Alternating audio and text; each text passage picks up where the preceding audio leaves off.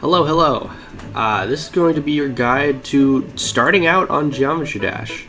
The things that we'll be covering in this video are how to get mods, specifically Geode, how and what kind of path you want to take for starting at the game, more specifically going over the RobTop levels and about what parts to look out for. So I'm actually going to start out with the mods. You're going to want to go to geode.com in order to download the Geode mod pack, because there's all kinds of stuff that this mod pack will give you, and I'm quickly going to go over a couple of things that will be helpful. A lot of these things won't be immediately helpful, but they'll definitely be helpful once you start getting more consistent at the game and getting a bit better. So mostly the mods that I'll be looking at are, the first is going to be Death Tracker, where it keeps track, it's exactly what it sounds, it keeps track of where you die in every level, and so that after you complete it, you can look back, see which parts you had the most attempts and most deaths at, and really it's just helpful for determining what parts are the most difficult in each level. Next is going to be the GDB demon progression. I won't really be covering this in this video in particular. I'll probably be covering it in literally every future video, but for now, you're going to want this, as this was going to help you for future demon completions. Next one is going to be Golden Best, which means that whenever you get a new record on a level, the percentage at the top will turn gold, so then you can tell that you're getting a new for this run. Next is going to be Jukebox, which is essentially just lets you do song mods a lot easier, and it also, this is most helpful for songs that are nongs, aka not songs on new ground, and you can actually use the song that is meant for the level that you're playing. And then I personally have Mega Hack. However, if you want to not pay for it, then you can use this mod called Eclipse. It's essentially the same thing as Mega Hack, but it's slightly watered down version. You'll know that you have it when you press the tab button and a bunch of stuff appears at the top. If we're looking through my settings real quickly, we have the things I have enabled are accurate percentage, no pulse, no shake, no trail, no wave pulse, click between steps, which is also an option in game, which I will show you in a minute. Collecting coins in practice, this just makes it so your icon doesn't actually phase through the coins when you're doing the practice mode run. Practice bug fix, practice music, this is all practice mode stuff. Show hitboxes on death, which I think is the most useful for memory-based levels. And then the things in the status section are just visuals that help. Those being my FPS counter, the CPS counter, best run, which is essentially just in my attempt set, which runs I've gotten the furthest, and then the attempt count. And then of course I have unlocking FPS. Normally I could have this up to like 2000, but the level I'm currently working on as of recording this can only really run well at around 240, so that is what I'm running it at.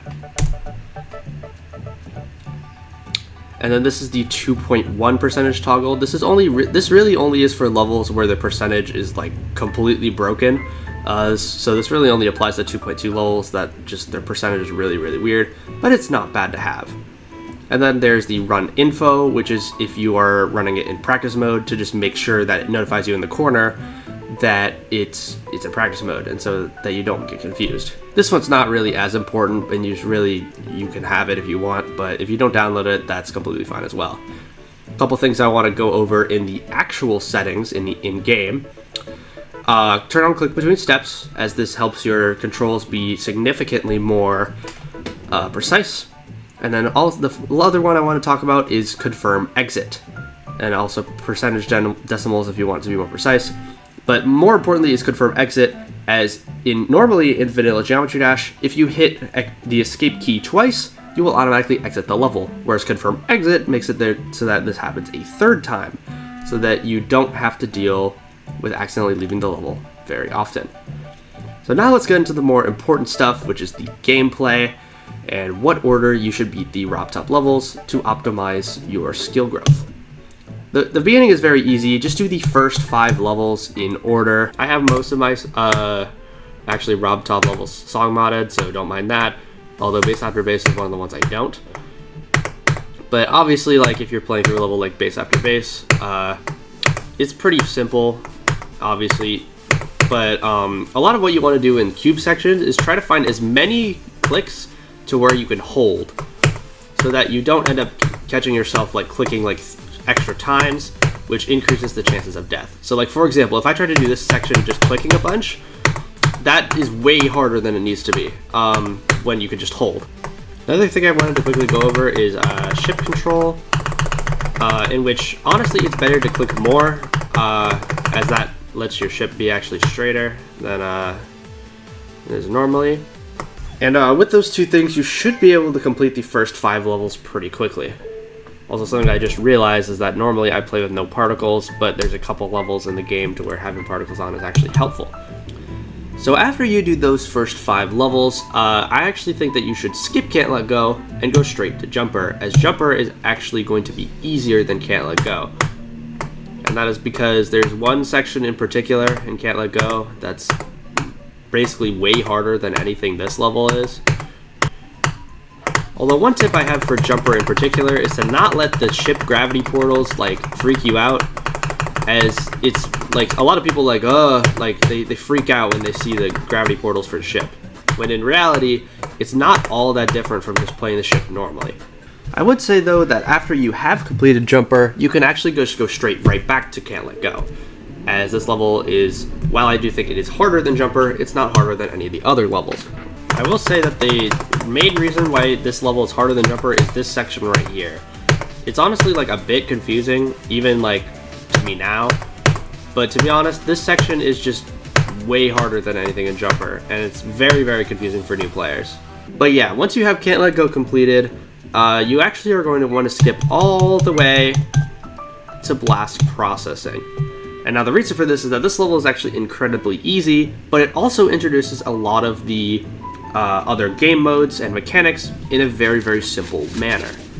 For one, you have the pink orbs, which you can very, very easily figure out that they're just small jumps. I have no idea why I died there. And you can also find the blue orb, which reverses gravity, which you may die there like maybe the first time you get to it. But most importantly, you get an introduction to the wave, which to be honest is most similar to the ship, which is something that you already should know how to do. And then upcoming right here, you should get introduced to another new game mode, which is the ball, which obviously switches gravity once you click. But again, it's a very simple part, so you should be able to figure out pretty soon. And then we get introduced to the duel, but don't worry, it's a synchronous duel, so you can just pay attention to basically just the bottom one, and you should be able to get through it quite easily. And then you got the UFO, which essentially the easiest way to describe it is that it's exactly like Flappy Bird. Really, this ending is the only thing that has like any sort of difficulty, and you also get quickly introduced to the slope, which you can go up, and you won't die. Also, real quickly for those that are just learning blast processing for the first time, this ending may be confusing at first, but basically you just want to drop, and then hold. And you're done. Alright, so now that you've gotten an introduction to a lot of game modes, a couple of new orbs, we can go back to one of the more simpler levels, and that being not Time Machine, but Cycles. Really, Cycles is just like another more simple level, but the gameplay is a wee bit harder than a lot of what is provided in the first 7 levels. The reason we are not doing Time Machine just yet, we'll talk about that later. But for now, just enjoy this gameplay, and there is a decent amount of triple spikes, but most of them are nerfed, and also you want to just avoid all of those orbs right there. Most of those orbs in this section are fake, and then you'll get a proper introduction to the ball game mode, even though you already got introduced to it in blast processing. Somehow this ball part still manages to be harder than that one, even though it's way simpler. It's just that the gameplay actually has like a remote amount of difficulty, but not really. Once again, you don't want to get freaked out by all these gravity portals, as it's a pretty consistent click pattern is what I was trying to say, but I kind of suck and went for the coin. And then we get to the last ball part, which actually is the only section that like actually has a remote amount of difficulty. I'd actually say that this is one of the most difficult ball parts on any RobTop level, as most of them are pretty easy. Oh yeah, I don't think I mentioned this yet, but this is technically the introduction of the mirror portal, but honestly it's not all that important anyways, so yeah, the mirror portal exists, I guess. We are then going to move right on to X Step, as this is probably the next hardest level. For this ship part, it's honestly not that hard. All of these blue pads are honestly there just, you know, for trolling purposes. You technically can hit them and not die, but the level's obviously way easier if you don't hit any of them. And then obviously this section is just a ton of fakes, so you know, have fun with that. Shouldn't be anything that a new player should not be able to handle, especially right after beating Cycles. So after that, we're actually going to skip Clutterfunk and go straight to Theory of Everything. This level is definitely on the way easier end of Insanes, and I think you'll probably be fine. The only thing to note is that this is way easier to go the top path here, as it's easier to hold and then release rather than dropping and then holding at just the right height. You also get a proper introduction to the UFO, I guess, if blast processing didn't really count. But yeah, once again, it's just the Flappy Bird mode, not really much else to talk about. But after you're done with Theory of Everything, I would actually recommend you go all the way back to Finger Dash, as this level is actually incredibly easy, especially this beginning. But you also get a proper introduction to a couple of 2.1 things, such as the Dash Orb and the previously seen Black Orb. By the way, the difference between these Dash Orbs is the pink one also reverses your gravity. Why do I hit all those green orbs late? I'm actually really bad. And then right as you get to the end of this section, you're introduced to the Spider, which is essentially just the ball, but you teleport gravity basically instantly. You also get a quick introduction to the Robot, which you hold to jump higher. Not all that different from the Cube, to be honest. Although I guess something else I forgot to mention is that this is technically your introduction to mini version as well, which in some cases isn't all that different from the original. But like the ship, where just the gravity is a little bit altered. But in most cases, it's not all fine. Although in some cases, it makes a major difference, such as the wave, in which it entirely changes the angle. So yeah, once you're done with Finger Dash, I would recommend moving back to Time Machine, as this is about the time when I think Time Machine makes sense in terms of difficulty. The reason why Time Machine is so much higher in the ranks is look at how many fucking 3 spikes there are. It's sections like this where I'm like, okay, I guess we're just spamming 3 spikes now. Basically, there's just way more in this level than basically any other RobTop level. And so I think, honestly, that alone just makes it harder than like half the Insanes. You also get a proper introduction to the Mirror Portal, as if that matters, which it doesn't really. So yeah, after you're done with Time Machine, you should now have the first 10 levels done, as well as Theory of Everything and Finger Dash and Blast Processing. So now I think would be a good time to go to Electroman Adventures. There's actually not a ton of stuff that's like really new. At this point, you're just kind of going through the RobTop levels that that really just test your difficulty and your current skill level. What I would warn about Electroman Adventures in particular is that some of these transitions are really, really bad, and so you just kind of have to like know they're coming. I would say the actually like worst transition is actually the one upcoming right here. And you just kind of have to click and then know that it's coming. Also, I would like to say that there are some levels where the coin route is absolutely easier, such as this one, where there's a lot. That is especially the case for like the levels Electroman Adventures and beyond, because that's when coins were actually introduced to the game. Fun fact. Alright, now that you've been Electroman Adventures, let's go all the way to the back and play Dash. Really, this is your introduction to 2.2 BS, in which there is a lot, such as this. And of course, the introduction to the swing game mode. But yeah, once you've completed Dash, you should be left with only a couple levels, and so the next we're going to be doing is Geometrical Dominator. Really, this level is being delayed until now because of one section in particular. And really why this level is delayed until now is because of this section right here. Where it's like softcore memorization, but like not really. It's more of a reaction time than anything. But yeah, once you get that, this level should be pretty smooth sailing. So yeah, after that, you should be left with just 3 insane levels: Clutterfunk, Hexagon Force, and Electrodynamics. Clutterfunk is obviously going to be going first, as it is the easiest of the 3. Really, all the difficulty stems from this part, this mini ship part, and really this part to the end. Once you're done with Clutterfunk, you're down to 2, in which we're going to do Hexagon Force first. Also, quick fun fact about the ship part, as soon as you enter reverse gravity, you can just kind of hold here. Just thought I'd share that. Really, all of Hexagon Force's difficulty comes from its duels, as this is when they were introduced. This duel in particular catches most people off guard, as it just did for me now.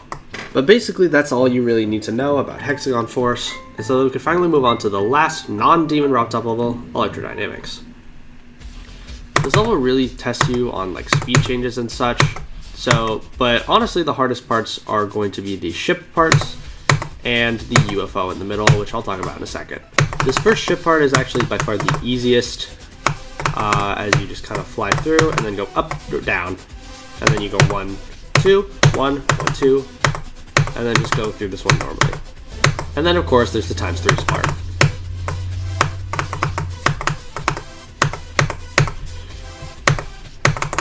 A lot of this is just holding and releasing, and then this absolutely brutal ending.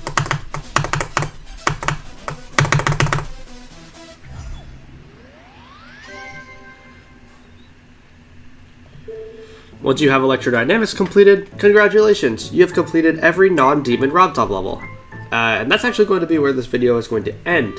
I will be discussing the 3 RobTop demons at a later time, but for now, hope you enjoyed this video. I will be covering more in-depth analyses of future levels, more so demons, and so yeah, see you guys next time.